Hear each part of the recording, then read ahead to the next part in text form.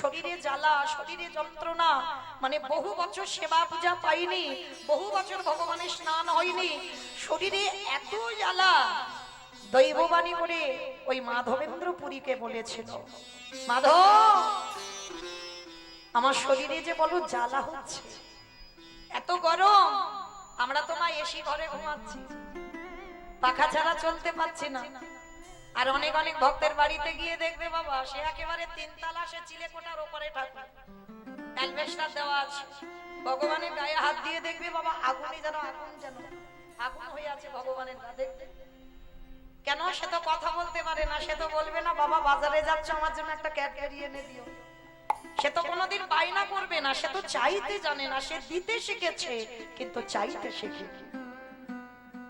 তার এমনার গোপীনা বৃন্দাবনে মাধবেন্দ্রপুরীকে বাবা স্বপ্ন দিয়েছিল, আমার শরীরে বড় জ্বালা করছে, আমার গায়ে একটু মলয়ের চন্দন ঘষে। তাই মলয় চন্দন পাবে কোথায় প্রভু? আমি তো জানি না মলয় চন্দন আছে কোথায়। বলে শোন, মলয় চন্দন যদি পেতে হয় যেতে হবে সেই রেমুনা,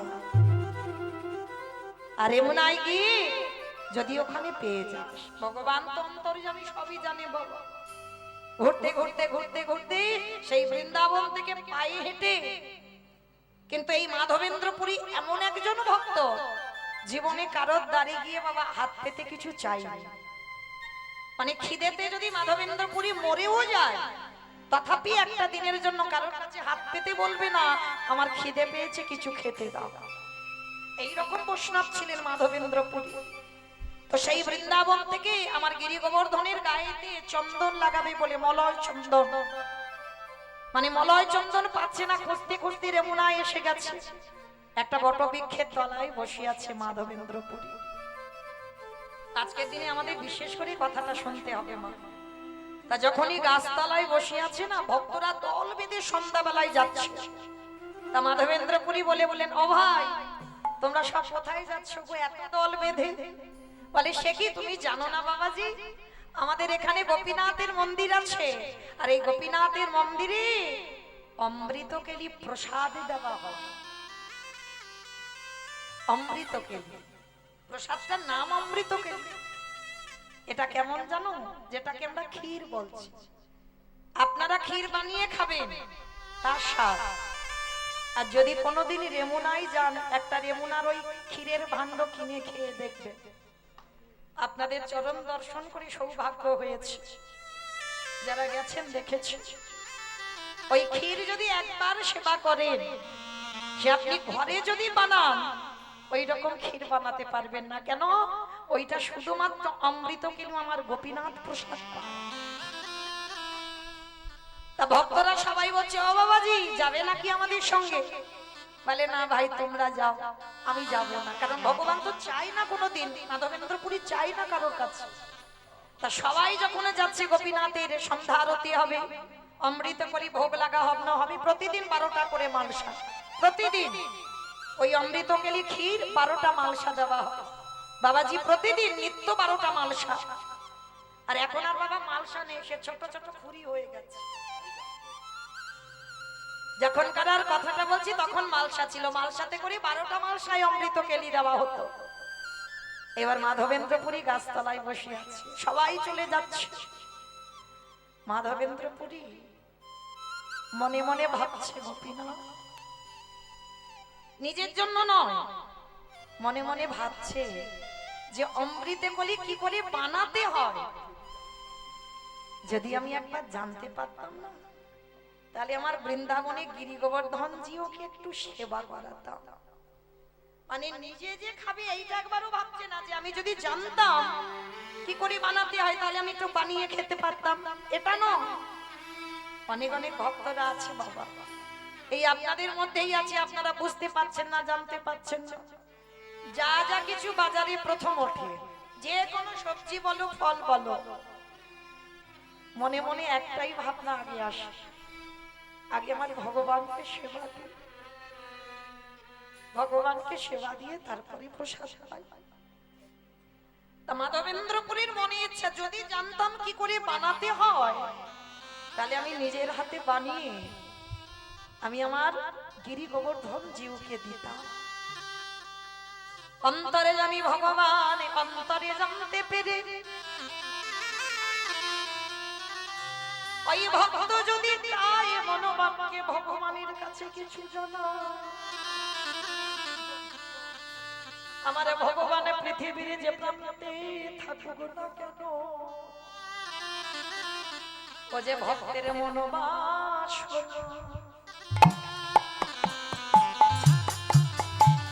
ভক্তের মনোবাসনা পূরণ সে যে ভক্ত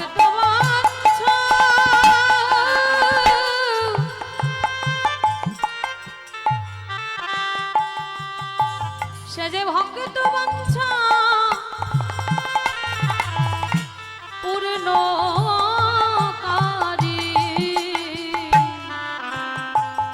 ভক্তের মনোবাসনা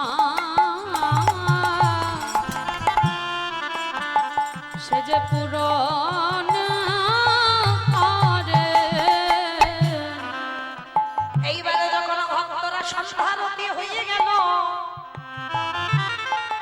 ওই 12টা মালসা ভোগ নিবেদন করলো। আর আমার গোপীনাথ কি করেছিল জানো? ভক্তের লাগি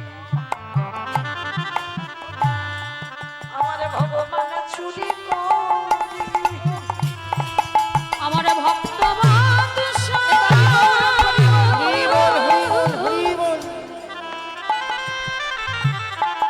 আমার ভক্ত হরি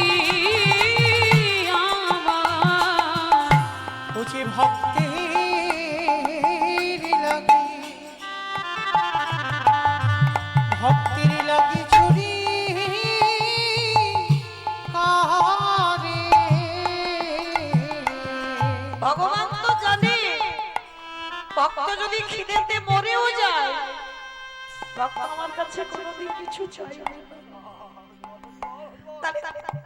তাহলে ভক্ত যদি না চায়, আমি ভগবান হয়ে আমি ভক্তের জন্য একটা বার চুরি করে রেখে দিই। পূজারি প্রতিদিন 12টা মালসা বিতরণ করে বাবা, যেমন ভোগ লাগাই বিতরণও করে 12টা মালসা। আর যে পূজারি বিলি করে বাবা, সব সময় খেয়াল কি গুনে গুনে বিতরণ করবে? 11টা মালসা বিতরণ করে দিয়ে চলে গেছে। পূজারির আর খেয়াল নেই, হিসাবও করেনি যে আজকের 12টা মালসা বিতরণ হয়নি। আর ভগবান কি করেছে জানো? তার নিজের চরণের তলার পিছনের দিকে একটা ভাঁড় ক্ষীর চুরি করে রেখে দিয়েছে। ওই রাতের অন্ধকারে ভগবানকে শয়নে দিয়ে পূজারি যেই না ঘরের দরজা বন্ধ করে ঘুমিয়ে পড়েছে, আমারে ভগবান দৈববাণী করে বলে, পূজারি পূজারি তুমি কটা মালসা ভোগ দিয়েছো আজকে? বলে কেন প্রভু, আমি যেমন 12টা দিয়ে দিয়েছি 12টা দিয়ে আজও 12টা দিয়েছি।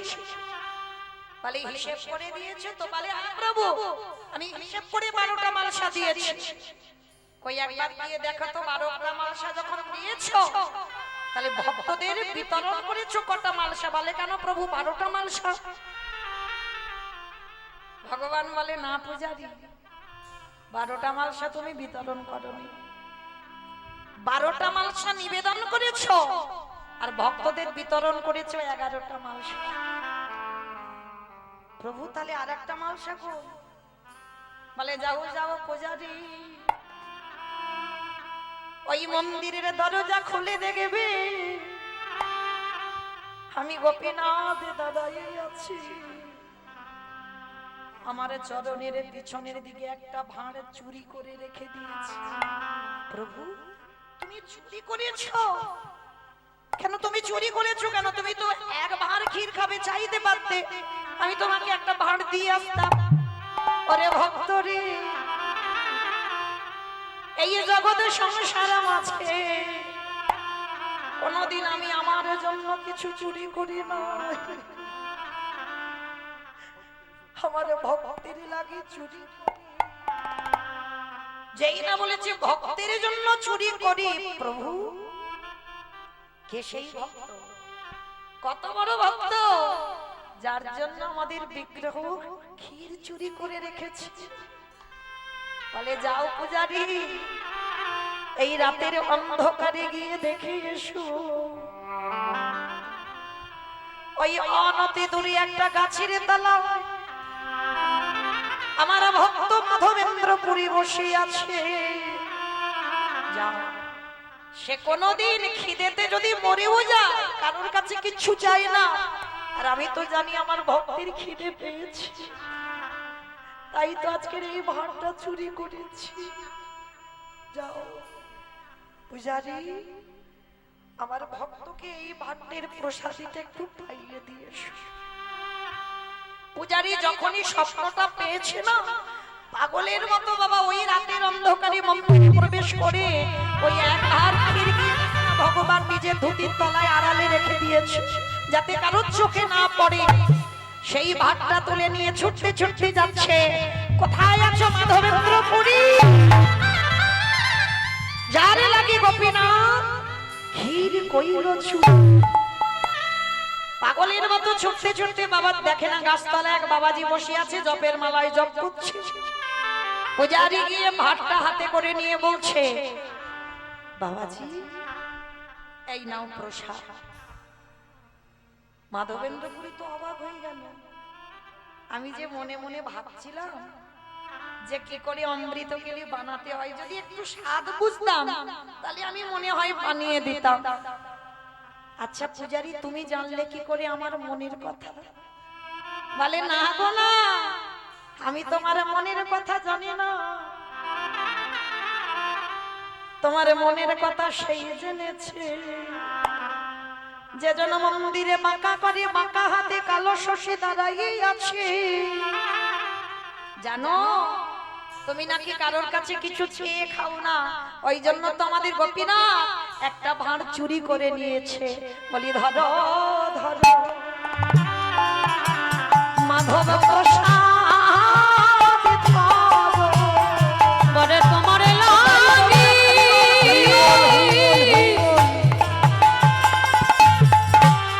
তোমার লাগি চুরি কইল। বলে ধরো ধরো এই প্রসাদ ধরো। ওই মাধবেন্দ্র পুরী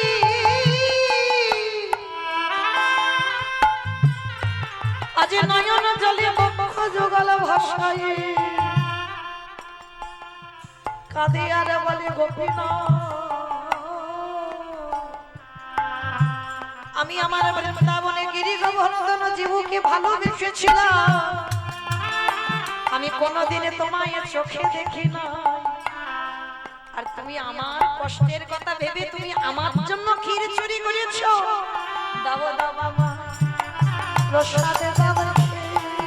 এই যে প্রসাদে প্রসাদ, তাই বলো না, তাই বলো। হরি বল হরি বল। এই যে প্রসাদে প্রসাদ মহাপ্রসাদ।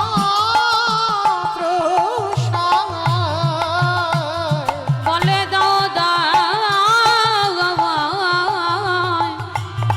আমায় প্রসাদ দাও হে। এইবার কি করেছে বাবা আমার মাধবেন্দ্র পুরী? ওই বসে বসে ক্ষীরটা সেবা করলো।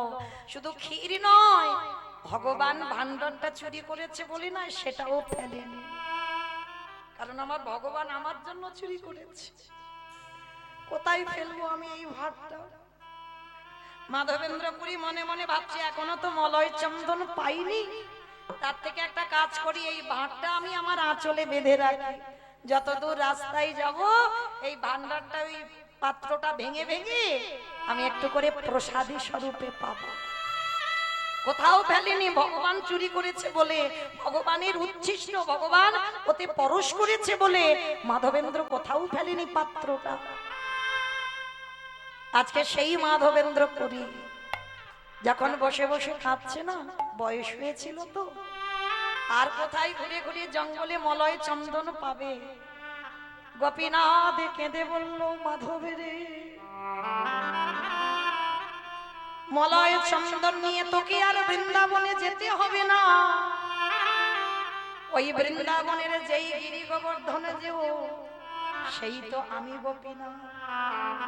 ওগো দুজনে দুজনেই ভেদ নয় গো। ওই বৃন্দাবন, ওই বৃন্দাবন, এই রে মুনা বলে দুজনে নানা ভেদ নাই গো। কারণ মায়েরা ভক্ত যদি কষ্ট পায়, ভগবানে আরো দ্বিগুণ কষ্ট পায়। বলল মাধব, আর বৃন্দাবনে গিয়ে গিরি গোবর্ধনের গায়ে চন্দন লাগাতে হবে না। এই রেমুনাতে বসে তুমি গোপীনাথের অঙ্গে চন্দন লাগাও। আমার ভক্তের ভাই হরি বল, হরি বল। বড় কষ্ট হবে, তাই রে মনাতে বসে চন্দন লাগা। ভগবানে মাধবের কাছে এসে বলে, মাধবের আয় আয় আমার হৃদয়ে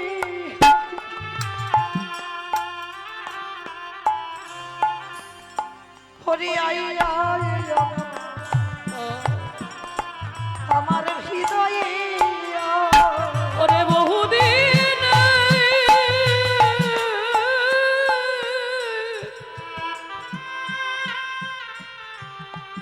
আমার বহুদিন অঙ্গের জালো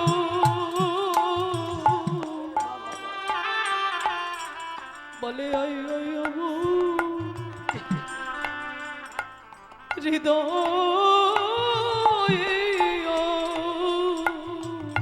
ওগো জোড়ালো জোড়ালো আমার বহুদিন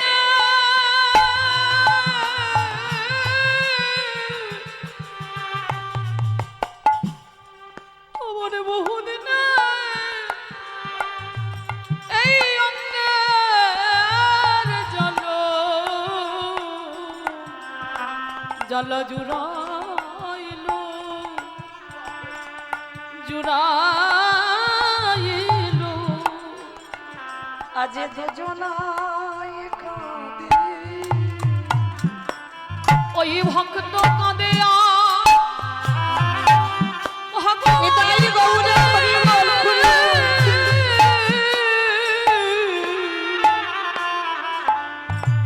দুজন কাঁদে আজ পিতা কাঁদিয়া দেখো পুত্র কাঁদে আজ দুজনা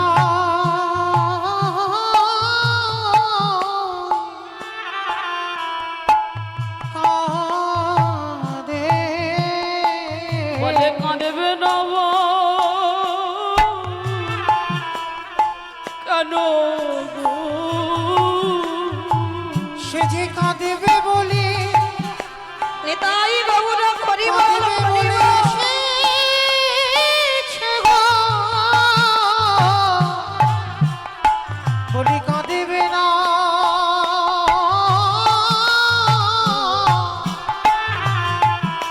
কেন গো? সেই মাধবকে আর যেতে হলো না বৃন্দাবনে। ওই রেমুনায় মলয় চন্দন জঙ্গল থেকে এনে এই আজকের তিথিতে বাবা ওই মাধবেন্দ্র পুরী ভালো করে চন্দন ঘষে দিয়ে আমারে গোপীনাথের শ্রী অঙ্গে লেপন করেছে। ভগবান বলছি এটা আমার কারণ নয়, কারণটা কি? ভক্ত ওই গোপীনাথের কাছে যাবে, আরে গোপীনাথ ভক্তকে হৃদয়ে ধরবে, তাই তো বলছে জুড়ালো জুড়ালো। বলে জুড়ালো, জুড়ালো। বলি আমার অঙ্গের জ্বালা, যত জুড়ালো, জুড়ালো। এই ভক্ত পরশে পাবো বলি। জলো জুড়ালো, জুড়ালো। তাহলে মায়েরা আজকে থেকে আমরা সেই 21টা দিন শুধু আমরা নয়, মাধবেন্দ্রপুরী ওই গোপীনাথের সর্ব অঙ্গে চন্দন একটু করে বেটে বেটে সারা গায়ে দেয়। কেন? চন্দন খুব ঠান্ডা। হ্যাঁ, এই বৈশাখ মাসে এত তাপ, যেমন আমরা এই তুলসী গাছে এই মাসেই তো ঝাড়া বাঁধি। কেন?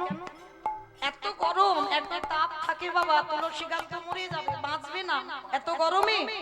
আর যার জন্য আমাদের ঝাড়া বাঁধতে হয়। ঠিক এই রকম 21টা দিন ওই মলয় চন্দন মানে শ্বেত চন্দন আমার ভগবানের অঙ্গে লাগাতে হয়। তো যারা যারা বসেছেন, যারা যারা শুনলেন, আজকে থেকে বাবা কালকে, আজকে যারা দেননি দেননি কালকে তো আছে, কালকে থেকে এখনো বাবা 21টা দিন একইভাবে যারা ছোট্ট গোপাল সেবা করো, যারা আমাদের গোপীনাথকে সেবা করো, যারা রাধা মাধব সেবা করো, একটু করে অন্তত চন্দন আমার ভগবানের গায়ে লেপন করো। কেন? ভগবান বলছে ওরে কলির যে এই জগতের সংসারের মাঝে ভক্ত যদি অন্যান্য চিন্তা বাদ দিয়ে শুধুমাত্র সর্বক্ষেত্রে আমার চিন্তায় মগ্ন থাকে, আমি জনম জনম আর হয়ে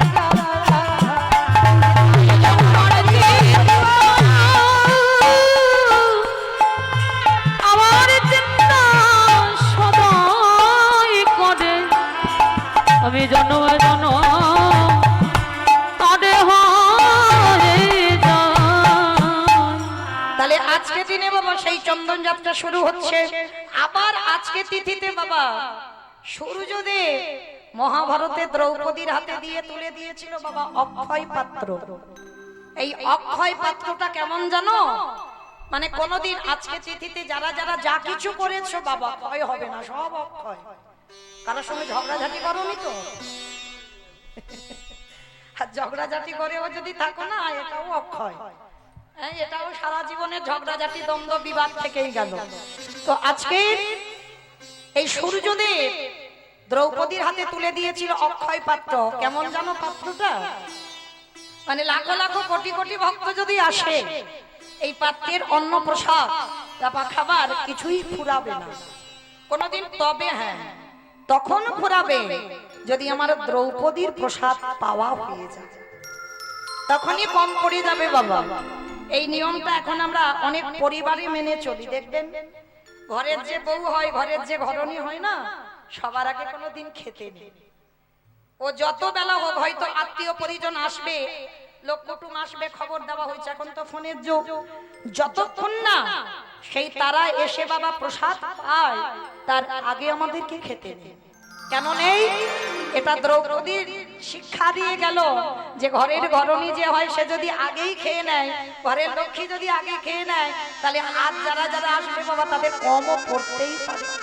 কিন্তু ঘরের লক্ষ্মী যদি না খায়, ভগবান বলছে দেখবে ঠিক ওই ভগবান ওই একটুখানি প্রসাদ, আজকে যেটা মহাভারত তার প্রমাণ, একটা অন্ন শাক সিদ্ধতে বাবা দুর্বাসা আর তার 1000 শিষ্যের উদর ভরে গেল।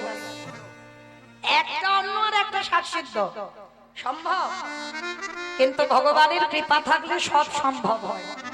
এই দ্রৌপদীর হাতে যখন অক্ষয় পাত্রটা দিয়েছিল, আর বাবা একদিন দুর্বাসা এসেছিল পরীক্ষা করবে বলে দ্রৌপদীকে।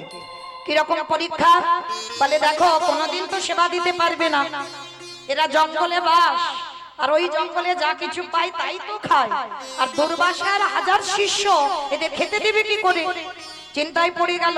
আর দুর্বাসা গিয়ে দ্রৌপদীকে আদেশ দিল, দ্রৌপদী আমার এই 1000 শিষ্য আজকে আমি এসেছি তোর বাড়িতে প্রসাদ পাবো। আর ইতিমধ্যে বাবা সেদিন যে অত বারবেলায় যে আসবে দ্রৌপদী তো বুঝতে পারেনি, 5 জন স্বামীকে সেবা দিয়ে দ্রৌপদীর প্রসাদ পাওয়া হয়ে গেছে। হাই ভগবান, এইবার যেই না প্রসাদ পাওয়া হয়ে গেছে, দুর্বাসা এসে প্রসাদ চাইছে, কিন্তু বাবা হাজার লোকের যদি রান্না করতে হয় কত বড় হাঁড়ি কড়া লাগবে? আর জঙ্গলে দ্রৌপদী ওরা পাবে কোথায় অত বড় হাঁড়ি কড়া? কত থালা বাসন পাবে কোথায়? কিছুই তো নেই। কত জ্বালানি নেই, কত বড় উনান নেই। আর এর দুর্বাসা হচ্ছে সব থেকে বড় রাগী মন, সব থেকে বড় রাগ। মানে ইনি তো যেমন তরুণ নয়, বাবা ভোলানাথের দ্বিতীয় কলেবর। বাবা ভোলানাথ যেমন সংহার কর্তা, বাবার দ্বিতীয় কলেবর হচ্ছে দুর্বাসা, সতী অনুসুয়ার সন্তান। সেই যে ব্রহ্মা বিষ্ণু মহেশ্বরকে অনুসুয়া মা বেঁধে রেখেছিল না, তারপরে তো তিন দেব অনুসুয়ার পুত্র সন্তান হয়ে দ্বিতীয় কলেবরে এসেছিল। আর বাবা ভোলানাথ দুর্বাসা হয়ে অনুসুয়ার ঘরে এসেছিল। আজকে সেই দুর্বাসা এমনিতে তো রাগী অনুসুয়া হরিবল, দ্রৌপদী আর পঞ্চ পাণ্ডব তো ভয়ে থরথর করে কাঁপছে বলেই দুর্বাসা স্নানে চলে গেছে। স্নান করে এলেই ওদের প্রসাদ দিতে হবে, যা কিছু একটু অন্ন ব্যঞ্জন করলেই হবে। পরীক্ষা করতে গেছে দুর্বাসা। কিন্তু মা আপনারা ধরতে না পারেন, আমরা ধরতে না পারি। ভগবান গৌর কৃষ্ণ প্রেমানন্দে হরি হরি বল, হরি বল।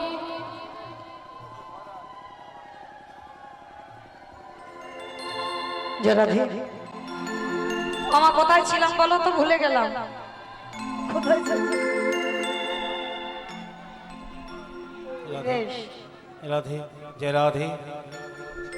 সেই যে দুর্বাসা আর হাজার শিষ্য এখানে তো দ্রৌপদীর কাছে তো। বেশ চলো তাহলে দ্রৌপদী এবার চিন্তায় পড়ে গেছে, বাবা অতগুলো ভক্তের সেবা দেবে কি করে? আর এদিকে দুর্বাসা শিষ্যদের নিয়ে স্নানে চলে গেছে, স্নান করে এলেই সেবা দিতে হবে।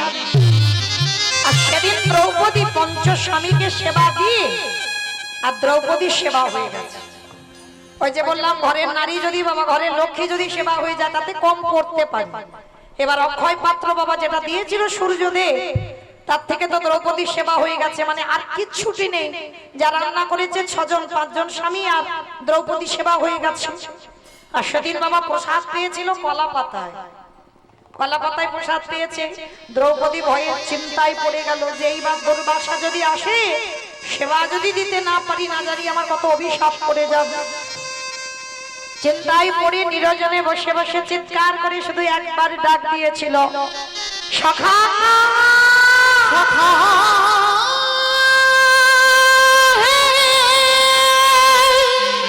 একেবারে দেখা দাও, আমার যে ঘোর বিপদ একেবারে দেখা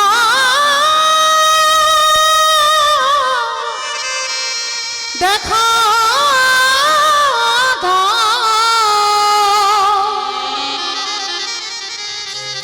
দেখা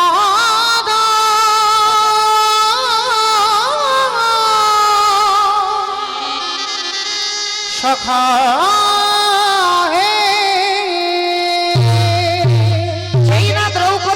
একবার আকুল প্রাণে সখা বলে ডাক দিল।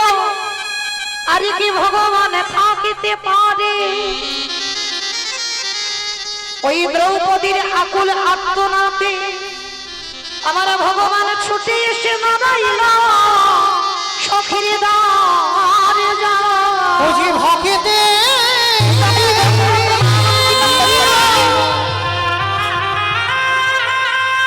বুঝি ভক্তে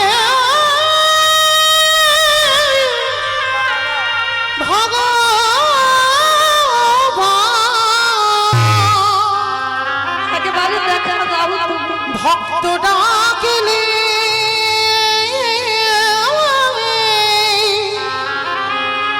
রহিতে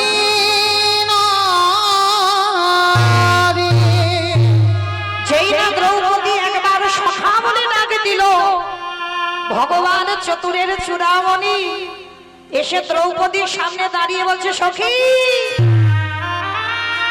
হাত দেরি নয়, বড্ড খিদে পেয়েছে, তাড়াতাড়ি খেতে দাও।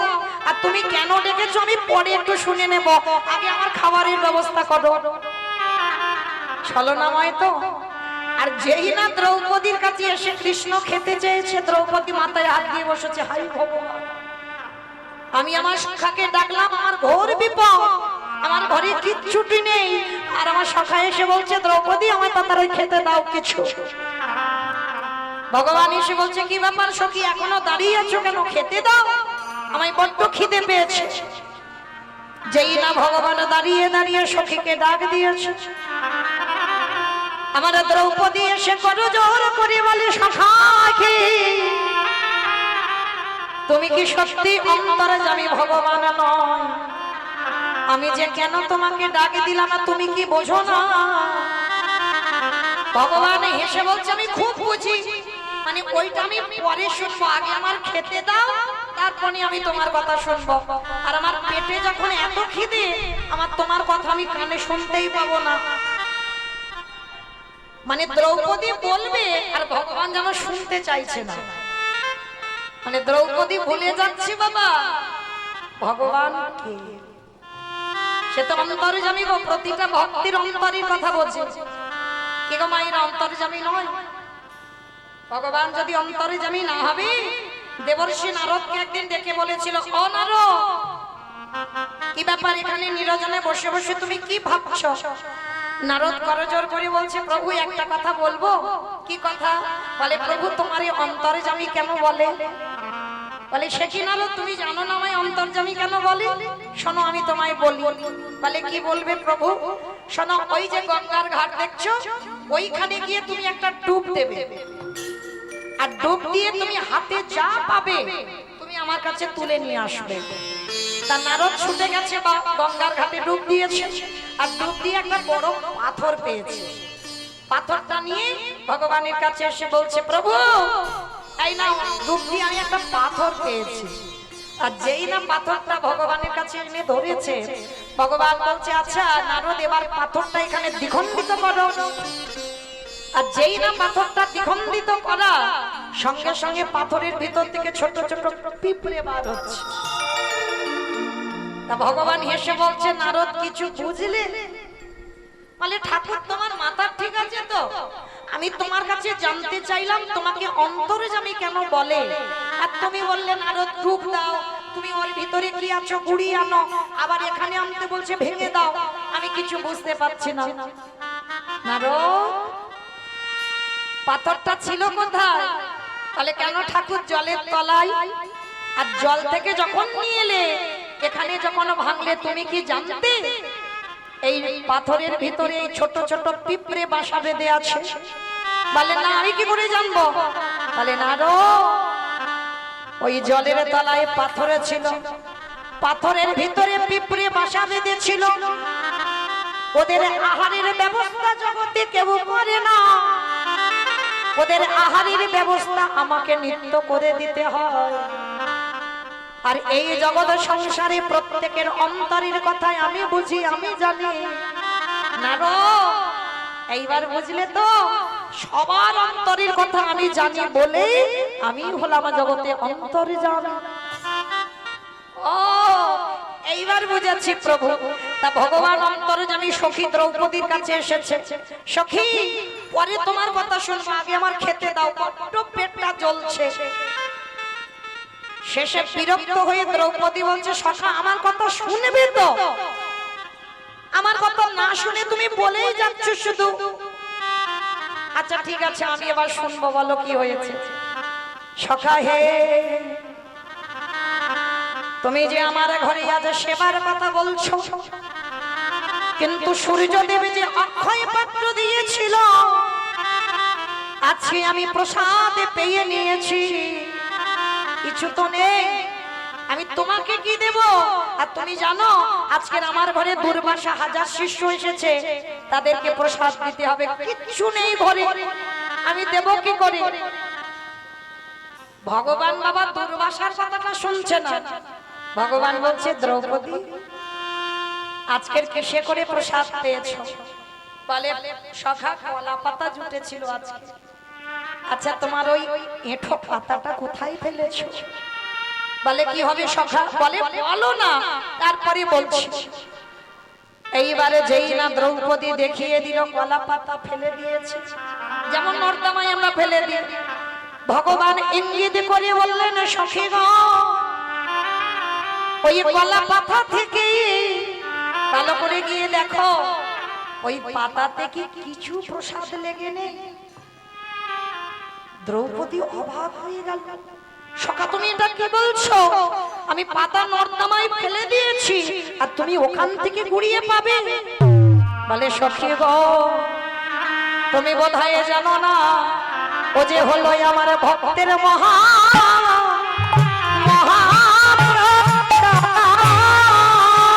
আমি যে ভক্ত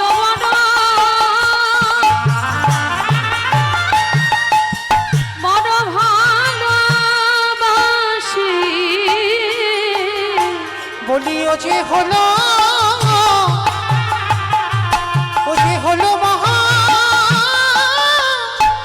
মহাপ্রসাদ।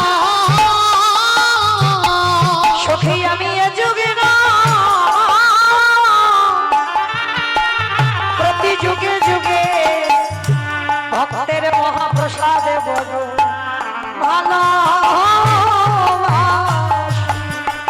শুধু এ যুগে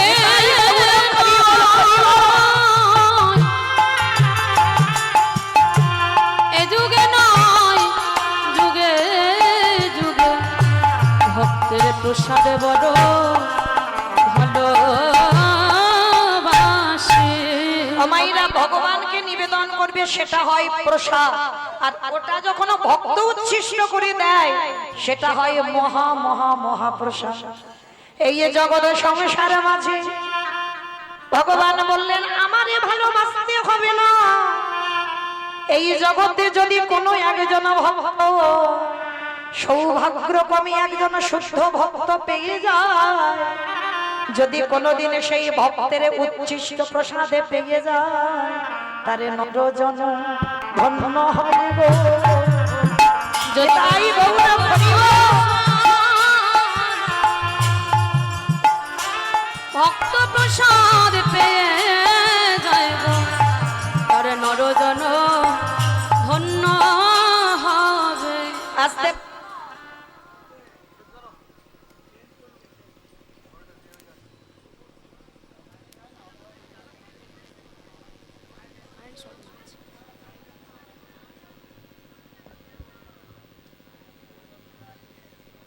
কারেন্ট শর্ট মারছে, একটু ইয়ে করেন, আর্থিং এ জল দেন।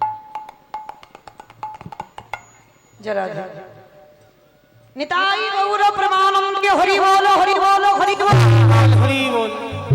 এটা আমি বলছি না বাবা, আমার ভগবান দ্রৌপদীকে বলছে, দ্রৌপদী ওই একবার কলা পাতা থেকে তোমার উচ্ছিষ্ট প্রসাদ একটু নানো। ভগবান গিয়ে খুঁজে খুঁজে দেখলো একটা অন্য একটা শাকের কণা থালাতে লেগে আছে। আমার ভগবান ওই কলা পাতা থেকে দ্রৌপদীর ওই মুখের থুতু লালা লেগে থাকা, ওই যে একটা অন্য আর শাকের কণা লেগেছিল, ভগবান মহাপ্রসাদে জ্ঞানে যেই না একেবারে বদনে দিল, আর ভগবান ওই একটা অন্য আর একটা শাকের কণা সেবা করে আর ঢেকে তুলেছে। কত চতুরের চূড়ামণি দেখো, আর যেই না ঢেকুরটা তুলেছে ওদিকে দুর্বাসায় আর হাতটা শিষ্য স্নান করেছে, আর স্নান করে বাবা যেই না পাটা তীরে দিয়েছে, আর ওদিকে কৃষ্ণের ঢেকুরে এদের সব কটার পেট একেবারে ভরে গেছে। মানে এমন পেট ভরেছে না, আর মানে নড়াচড়া করতে পারছে না। দেখবেন না মাঝে মাঝে খুব চাপাচাপি খাওয়া হয়ে যায়, আর যেদিন খুব চাপাচাপি খাওয়া হয় কি মনে হয়, মানে আর ওখান থেকে উঠবো না, এবার একটু বিছানা করে দিলে ওইখানে শুয়ে পড়বো, মানে একেবারে গলা পর্যন্ত, মানে হাঁ করলে যেন দেখা যাবে এইরকম যদি কেউ খায়। আর ভগবান এমন ঢেকুর তুলেছে দুর্বাসার হাজার শিষ্যর একেবারে গলা পর্যন্ত, মানে তুমি যদি রাজভোগ এনে দাও তথাপিও বাবা সেবা করতে পারবে না। এবার সব কাজ কমপ্লিট করে ভগবান ভীমকে ডেকেছে, ভীম যাও তুমি গিয়ে দুর্বাসা হাজার শিষ্যকে বলো যে আমাদের খাবার দাবার একেবারে প্রসাদে রেডি হয়ে গেছে, তারা যেন প্রসাদ পেয়ে যায়। আর যেই না বলেছে প্রসাদ পেয়ে যায়, ভীম বলছে মাধব এত বড় মিথ্যা কথা বলা যায়, কিন্তু এটা যে একেবারে ডাহা মিথ্যা কথা, মানে আমার বাসন কোসন নেই, উনান নেই, জ্বালানি নেই, কিচ্ছু নেই, তো আমি কি করে আমি এত বড় মিথ্যাটা বলবো, আর এসে যদি দেখে কিচ্ছু হয়নি আর যদি রেগে যায়।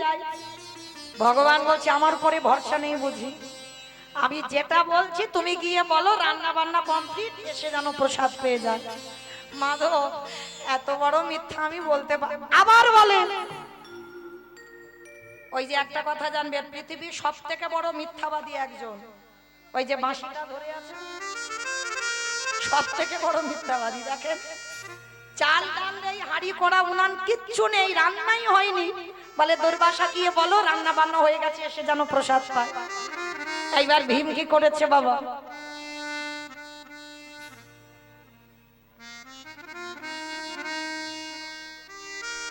যেই না নয়ন জলি আমার ওই বক্ষ যুগল ভাষায় কাঁদিয়ারে বলে হৃদয়ময়। একবার বলে দাও কি বলবে, তুমি গিয়ে বলো যেন সেবা করে যায়। এইবার ভীম ধীরে ধীরে যায়, আরে যেই না ধীরে ধীরে গিয়ে দুর্বাসা 17,000 শিষ্য শয়নে আছে, আর এত খাবার খেয়েছে বাবা, মানে পেট আর নড়তে চড়তে পারছে না। এইবার ভীম গিয়ে করজোর করে বলছে, হে মুনিবর, কৃপা করে আমার বাড়িতে প্রসাদ পাবেন বলেছিলেন, কৃপা করে যদি প্রসাদটা পেয়ে নেন। যেই না বলেছে প্রসাদটা যদি পেয়ে নেন, সঙ্গে সঙ্গে দুর্বাসার 1000 শিষ্য করজোর করে বলছে অসম্ভব।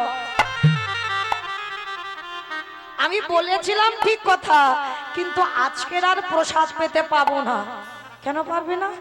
বলে বুঝতে পারলাম না, স্নান করে উঠে আমাদের কি হলো কজনে, মানে এত হঠাৎ করে যেন পেট ভরে গেল, আর কোথাও আমরা যেতেও পারবো না, এখান থেকে আর খেতেও পারবো না, তুমি ভীম ক্ষমা করে দাও।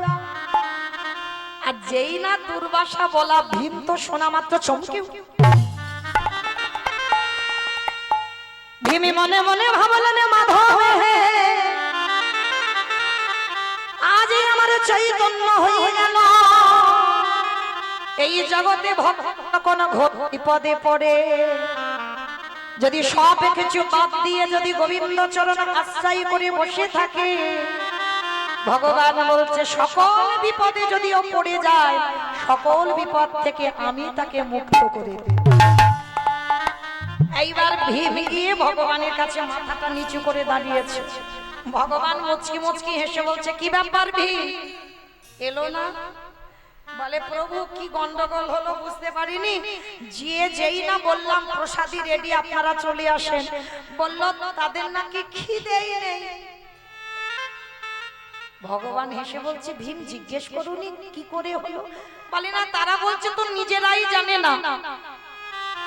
কিন্তু সখী দ্রৌপদী আড়াল থেকে মাধবের দিকে তাকায় আছে, হে সখা হে, এই জগতে সংসারে আছি, ভক্তির মান বাড়াবার লাগি, তুমি শুধু এ জন্মে নয়, তুমি জন্ম জন্ম তুমি ভক্তের হয়ে যাও, ওই তাই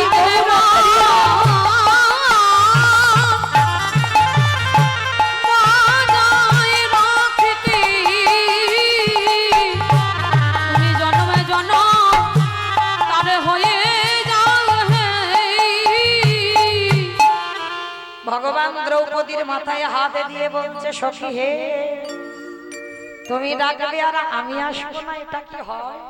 আমি জানতাম দুর্বাসা তোমার সঙ্গে ছলনা করবে, তাই তো আজকের আসে আমাকেও এই ছলনাটা করতে হলো। তাহলে মা কি বুঝলাম, আজকের এই অক্ষয় তৃতীয়াতে এই অক্ষয় পাত্রটা দ্রৌপদীকে দিয়েছিল সূর্যদেব।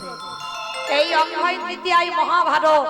জয় জগন্নাথ, জয় মা প্রভু, হরে কৃষ্ণ, জয় রাধে জয় রাধে শ্যাম। সমবেত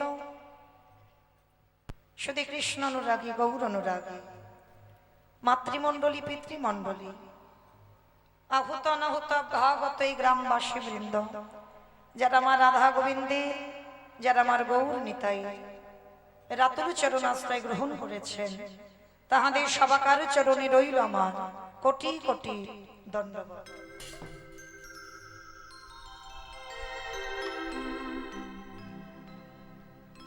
তারপরে জানাই, এখানে যত সাধুগুরু ব্রাহ্মণ বৈষ্ণব আছেন, তাহাদের পাদ পদ্মে রইল আমার ভক্তিপূর্ণ দণ্ডবত প্রণাম। তারপরে জানাই বাবা, আমি আমার পিতামাতার চরণে, আমার শিক্ষা গুরু দীক্ষা গুরুর চরণে অনন্ত কোটি কোটি দণ্ডবত প্রণাম। তারপরে যাদের কথা না বললে বাবা সব থেকে বড় ভুল হবে, সব থেকে বড় অপরাধ হবে, যে দাদা ভাই বাবা ঠাকুর ভাইদের ঐক্লান্তিক প্রচেষ্টায় আজকের মহতী নাম যজ্ঞানুষ্ঠান, যাদের সহযোগিতায় আজকের কীর্তন, আমার মতো অধম কীর্তনিয়া মৌমিতা ঘোষ, আমি আমার সম্প্রদায়ের তরফ থেকে সর্বাগ্যে যে দাদা ভাই বাবা ঠাকুর ভাইদের উদ্যোগে কীর্তন, তাদের চরণে জানালাম ভক্তিপূর্ণ দণ্ডবত প্রণাম। একটু উলুধ্বনি দেন মা।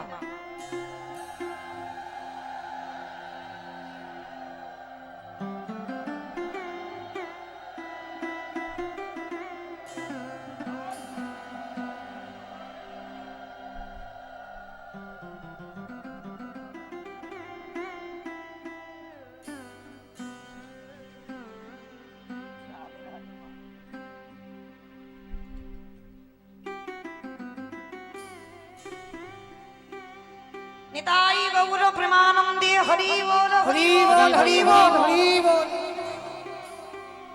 তাহলে কীর্তনের প্রারম্ভে শুধু আমি বলে নয় মা, এটা আমার ব্যক্তিগত মত, আমার মনে হয় কীর্তনের প্রারম্ভে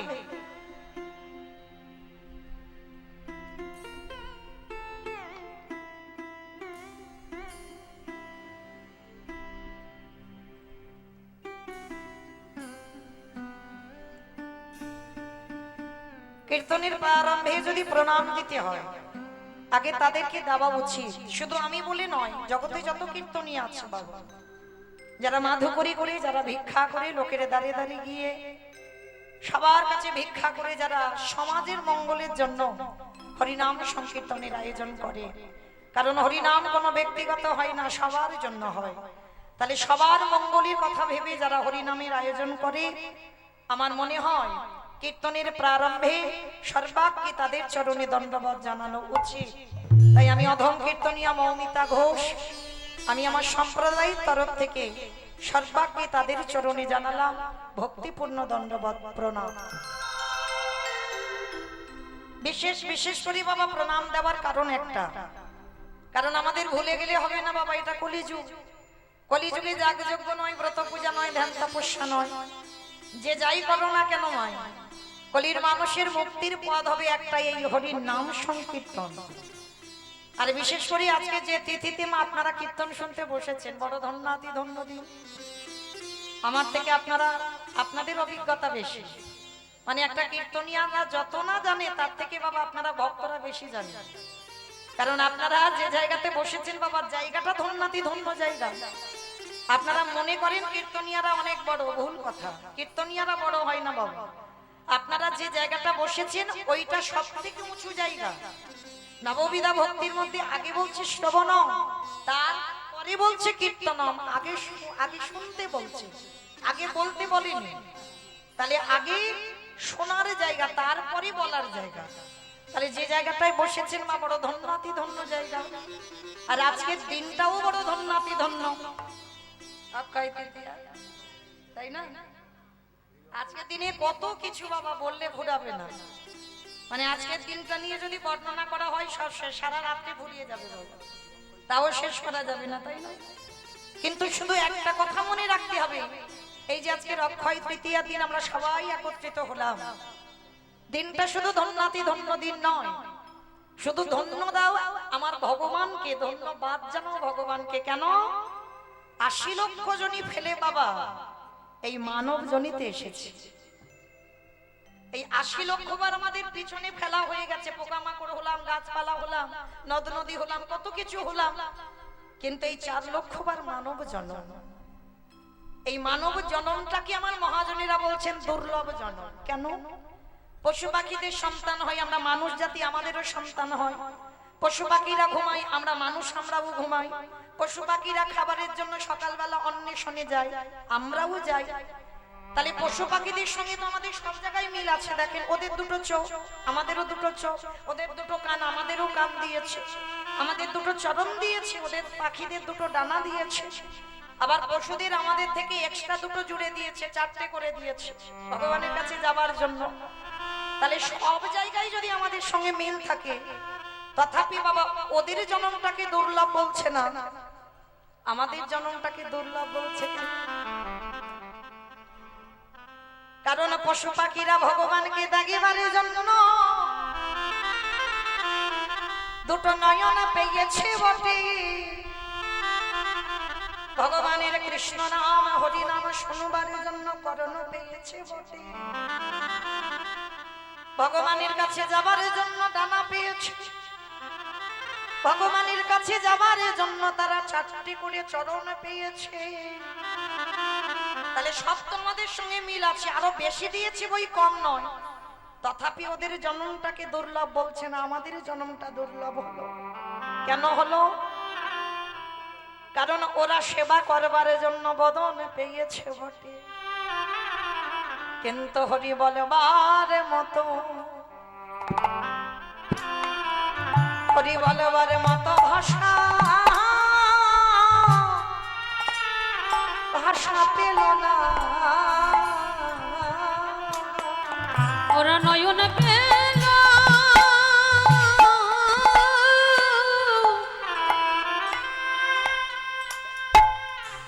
নয়ন পেল, বদন পেল বটে,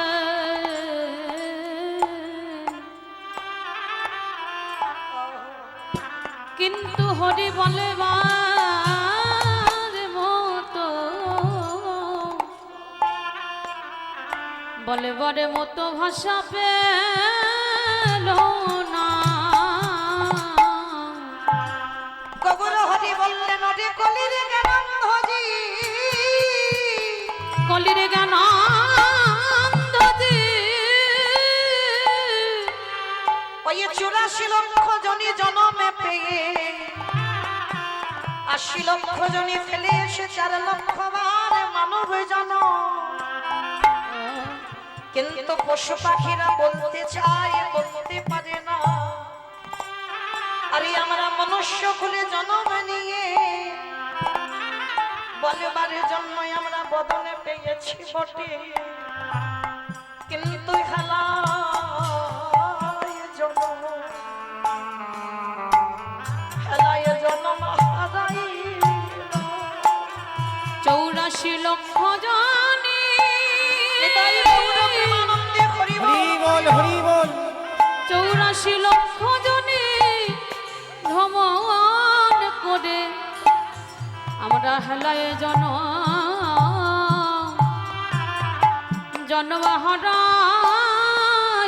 হারাইলাম।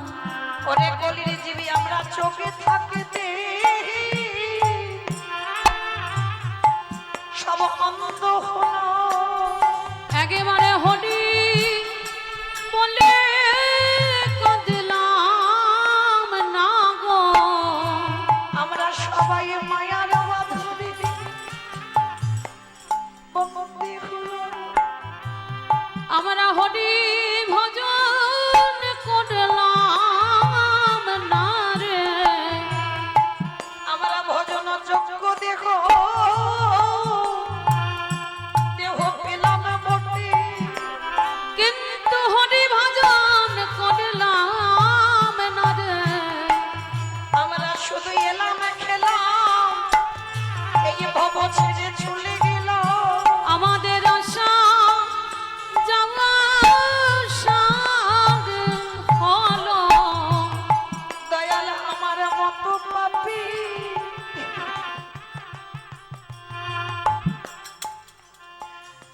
জগতে আরে কেউ হলো। বলে এইবার উদ্ধার করো মোরে। আমি তোমার ঘাটে এসে আমি দাঁড়াই রইল, একেবারে পারে করো হে দয়াল হরি। দয়াল তুমি বিনে আমার আরে গতি না। বলে তুমি তো আমার পিতা বন্ধু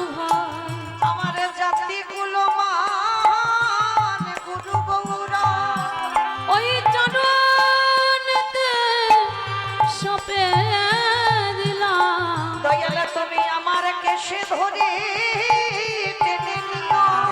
আমি যে মায়া মাঝে পড়ে আছি, তুমি আমার মায়ার বন্ধন মুক্ত করো।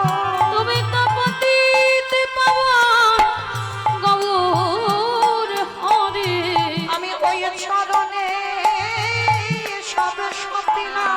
আমার দেহ মন প্রাণ জীবন যৌবন দয়াল জাতি কুলম গুরু গৌর। ওই জননেতে সপে দিলাম। তুমি জানো আমার চরণ ছাড়া করুণা দয়া। আমি আগে ভাগে জনয়ে রাখলাম। তুমি জানো চরণ ছাড়া করুণা দয়া। শুধু এ জন্মে নয় জন্মে জন্মে আমরা হেলায় জন হেলা এ জন্ম হারাইলাম। তাহলে মায়েরা আমরা বলার মতো বদন পেয়েছি কিন্তু বলতে চাইছি না। কিন্তু মায়েরা আমরা কলির মানুষ হয়ে আমরা বুঝতে পারি না ভগবানকে কেমন করে ভালোবাসতে হয়, ভগবানকে কি দিয়ে ভালোবাসবো। আমরা ভালোবাসতে জানলাম না, আর ভগবানের কাছে শুধু আঁচল পেতে চাইলে হবে ঠাকুর আমার এটা দাও, ঠাকুর আমার ওটা দাও। কি গো মায়েরা, ভালোবাসতে জেনেছি আমরা? কেউ এখানে বলতে পারবে না ভগবানকে ভালোবাসতে পেরেছো। এই যে আজকে তিথিটা না অক্ষয় তৃতীয়া, এই আজকে থেকে বাবা আমাদের চন্দ্রন যাত্রা, মানে আমার ভগবান সেই যে রেমুনার গোপীনাথ।